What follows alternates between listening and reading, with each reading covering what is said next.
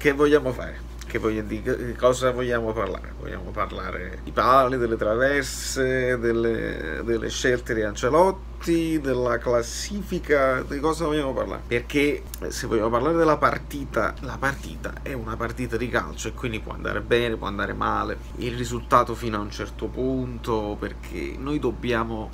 Perché io voglio sempre evitare di parlare del risultato solamente, perché il risultato solamente è variabile.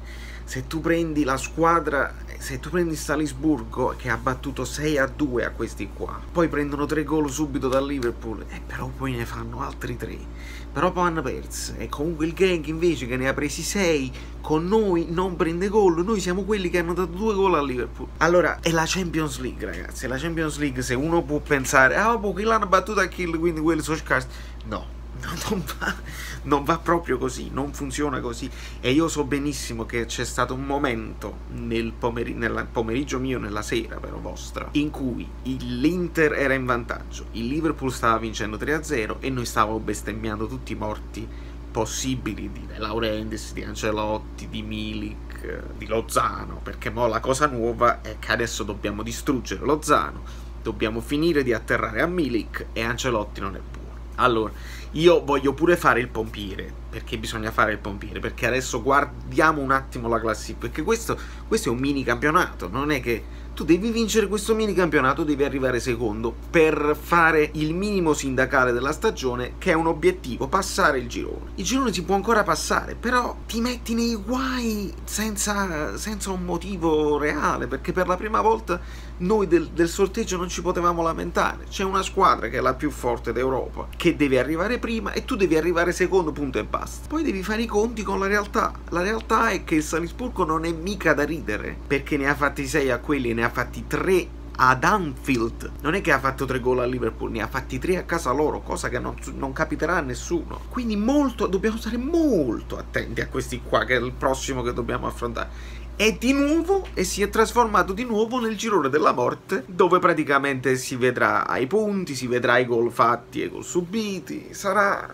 una tragedia. Quindi se noi guardiamo la classifica tranquilli, perché avremmo firmato probabilmente dopo le prime 2 giornate a stare primi nel girone a 4 punti, perché hai affrontato il Liverpool, facciamo conto che l'hai pareggiata e hai battuto il Genk, hai fatto il tuo dovere fuori casa. Quindi in teoria ci siamo con le tabelle, se vogliamo fare le tabelle. Però noi poi dobbiamo approfondire, dobbiamo capire se questa storia di Ancelotti, di cambiare sempre, di adattare i giocatori, il modulo, le scelte, l'idea di gioco, questo è quello su cui noi dobbiamo parlare. Perché adesso mi rivolgo a tutti quelli che senza Insigne il Napoli fa vrangate di gol, gioca meglio, e se Insigne è il problema del Napoli, che cosa Insigne in tribuna per scelta tecnica, no? Nemmeno per un problema fisico, era poco brillante, quindi in tribuna. E a me piace questa cosa qua, perché vuol dire che è uno che non guarda in faccia a nessuno. Quindi possiamo togliere da mezzo questa storia che il Napoli senza Insigne gioca benissimo e segna un sacco di gol. L'abbiamo visto 0-0. Adesso dobbiamo affrontare il discorso Milik. Io non voglio darmi ragione da solo, ma ritorno, e chi mi segue assiduamente, iscrivetevi al canale, chi mi segue assiduamente lo sa, che ho detto il colpo di petto che fai col Barcellona, quello te lo porti appresso, perché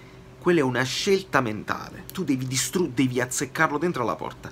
E sebbene la prima traversa, quella da terra, è sfortuna, le altre 2 occasioni dove prende la traversa e dove sbaglia, lui salta pochissimo. Guardatevi le azioni, guardatevi gli highlights di nuovo. Lui salta proprio poco. Se tu, alto come sei, se tu saltassi un pochino di più, quella palla tu la puoi schiacciare a terra e il portiere non la prende mai. Quindi per me lì è un gol che ti sei mangiato tu. E io ho finito di difendere i giocatori, basta, non li difendo più, non difendo più nessuno. Noi dobbiamo stare appresso alla squadra e dobbiamo sostenerli finché sono sostenibili e finché vediamo che buttano il sangue. Ma un Allan che dribbla al limite dell'area 2 di loro non può essere. Che scivola può essere, ma che dribbli, quindi fai la scelta, non può essere.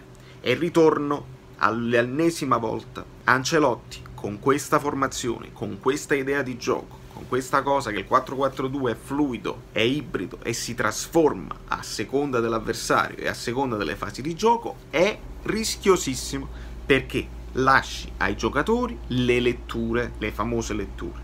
Le letture, se tu sei un top player, 9 volte su 10 fai la lettura giusta, metti il compagno in porta, chiudi le linee di passaggio e ti va bene. Se fai un errore hai altri 9 top player che ti aggiustano la situazione. Ma se sei un giocatore forte, ma fondamentalmente normale, perché nessuno di questi giocatori qua sta giocando per il Real Madrid, per il Barcellona o per il Bayern di Monaco, le letture le puoi pure sbagliare. E quindi se tu non dai a Lozano un compito preciso che sia in linea con le sue caratteristiche, stai bruciando Lozano. Milik purtroppo che l'ha da fare? Milik escono fuori i limiti personali, ma su Lozano sono sicuro che, come si è visto poi nel secondo tempo, sulla fascia è più efficace. Allora sì, noi sappiamo che Callejon è talmente intelligente che lo metti sulla fascia, lo metti a centrocampo, lo metti terzino, va pure bene, però non tutti i giocatori sono così. E ritorniamo al discorso che se sui 3 centrocampi 3 devono giocare sempre dei centrocampisti centrali, perché uno lo adatti sempre sulla fascia, allora ci deve essere stato un equivoco di fondo, perché se Insigne va in tribuna, Amin quando gioca, se tu vuoi comunque far giocare Fabian Ruiz là, e se non gioca Fabian Ruiz è Zielinski, e se non gioca Zielinski è Elmas. Questa è la cosa che ci dobbiamo chiedere. Ancelotti è in confusione, si sta sta facendo il cocciuto, non lo so dire. Questa è la cosa su cui ci dobbiamo interrogare, perché la squadra quest'anno ha la panchina più lunga, non c'è niente da dire, cioè, siamo molto meglio, però il continuo cambiamento, le scelte poi di formazione possono rilevarsi più dannose che positive, perché abbiamo visto che non sono giocatori in grado di switchare mentalmente una continuazione da un ruolo all'altro, da un'interpretazione del ruolo all'altro. E io credo che anche i compagni che si trovano a fianco un giocatore, aspetta, chi non è Fabian, chi è Zielinski, allora se gliela do sul sinistro non si trova, allora forse è meglio che gliela allungo. Questo sta mancando secondo me, perché se tu sulla sinistra sai che hai Insigne o un giocatore simile come Amin, allora tu gliela dai corta, lui viene incontro e taglia dentro. Se c'hai Fabian Ruiz, l'interpretazione del ruolo è diversa, perché lui c'ha il sinistro là.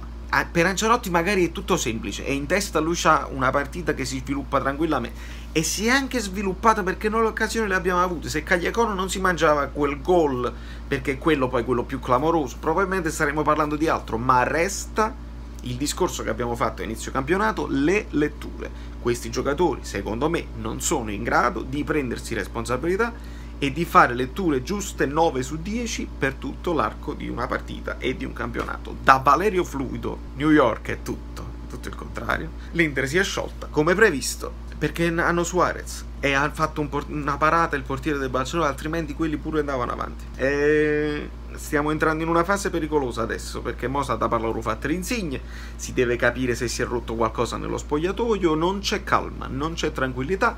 Io voglio buttare acqua sul fuoco, però non perdono chi non è mentalizzato. Questo è. A presto.